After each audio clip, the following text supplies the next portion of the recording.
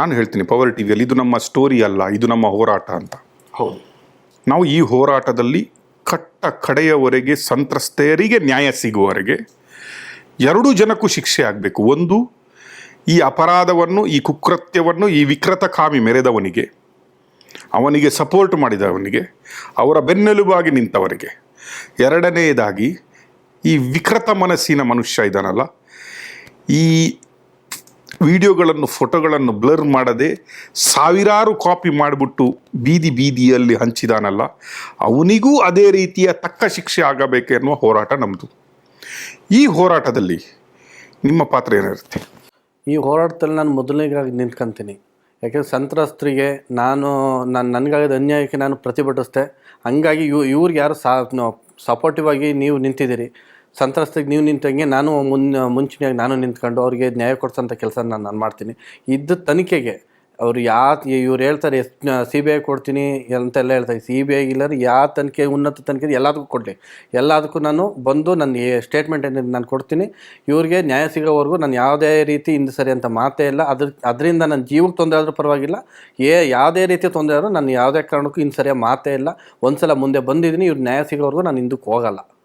14 ವರ್ಷದ ಸರ್ವಿಸ್, 14 ವರ್ಷದ ಗೆಳೆತನ, 14 ವರ್ಷದ ರಿಲೇಷನ್ಶಿಪ್ ಒಂದು ಮನೆಯಲ್ಲಿ ಏನಿಲ್ಲ ಅಂದರೂ ನಿಮಗೆ ಸ್ವಲ್ಪ ಆದರೂ ಋಣ ಪ್ರಜ್ವಲ್ ಮನೆಯಿಂದ ಅಥವಾ ರೇವಣ್ಣನ ಮನೆಯಿಂದ ಇರ್ಬೋದು.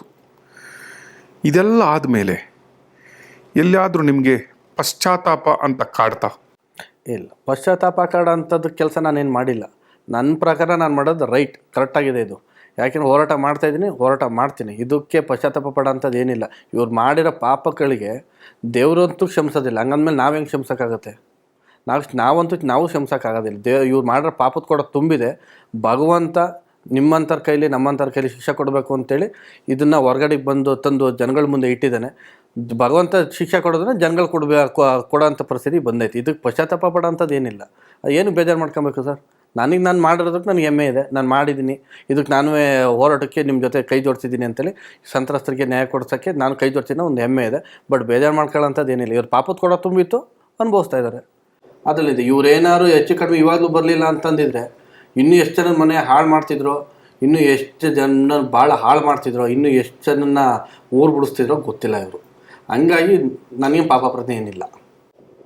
ಎಲ್ಲೂ ಸಂತ್ರಸ್ತೆಯ ಗಂಡ, ಸಂತ್ರಸ್ತೆಯ ಮಕ್ಕಳು, ಸಂತ್ರಸ್ತೆಯ ಸಂಬಂಧಿಕರು ನಿಮ್ಮ ಹತ್ರ ಯಾರಾದರೂ ಮಾತಾಡಿದಾರ? ಏನಪ್ಪ ಕಾರ್ತಿಕ್ ಹಿಂಗಾಗೋಯ್ತು, ನಮಗಾದ್ರೂ ಒಂದು ಮಾತು ಹೇಳ್ಬೋದಿತ್ತಲ್ಲ, ನಿನಗೆ ಗೊತ್ತಿದ್ರೆ ಯಾಕಪ್ಪ ನಮಗೊಂದು ಮಾತು ಹೇಳಲಿಲ್ಲ ನೀನು ಮೊದಲೇ? ಯಾರಾದರೂ ನಿಮ್ಮ ಹತ್ರ ಬಂದು ಕೇಳಿದಾರ? ಇಲ್ಲ, ಸಂತ್ರಸ್ತರ ಯಾರು ಕೇಳಿ ಮಾತಾಡಿಸಿಲ್ಲ. ಬಟ್ ಏನಂತಾರೆ, ಜನಗಳು ಮಾತಾಡಿದ್ದಾರೆ. ಹಂಗಾಗಿ ಕೇಳಿದಾಗ ಸ್ವಲ್ಪ ಬೇಜಾರಾಗುತ್ತೆ. ಬಟ್ ಇವ್ರು ಬಿಟ್ಟಿದ್ದು ಬ್ಲರ್ ಮಾಡಿ ಬಿಡಬೇಕಾಗಿತ್ತು. ಮುಖ ಎಲ್ಲ ಬಿಟ್ಟಿದ್ದು ಭಾಳ ತಪ್ಪಾಯಿತು. ಯಾಕೆಂತಂದ್ರೆ ಅದು ಯಾವ ಇಂಟೆನ್ಷನ್ ಇಟ್ಕೊಂಡು ಬಿಟ್ಟವರೋ ಏನಕ್ಕೆ ಬಿಟ್ಟವರೋ ಗೊತ್ತಿಲ್ಲ. ಬಟ್ ಏನಂತ ಮುಖ ಬ್ಲರ್ ಮಾಡಬೇಕಾಯ್ತು. ಹೆಣ್ಮಕ್ಳದ್ದು ಮಾನ ಸ್ವಲ್ಪ ಪ್ರಾಣಕ್ಕೆ ಹಿಂಸೆ ಆಗ್ತಿದೆ ಅಂತ ಅನ್ಕೊತೀನಿ.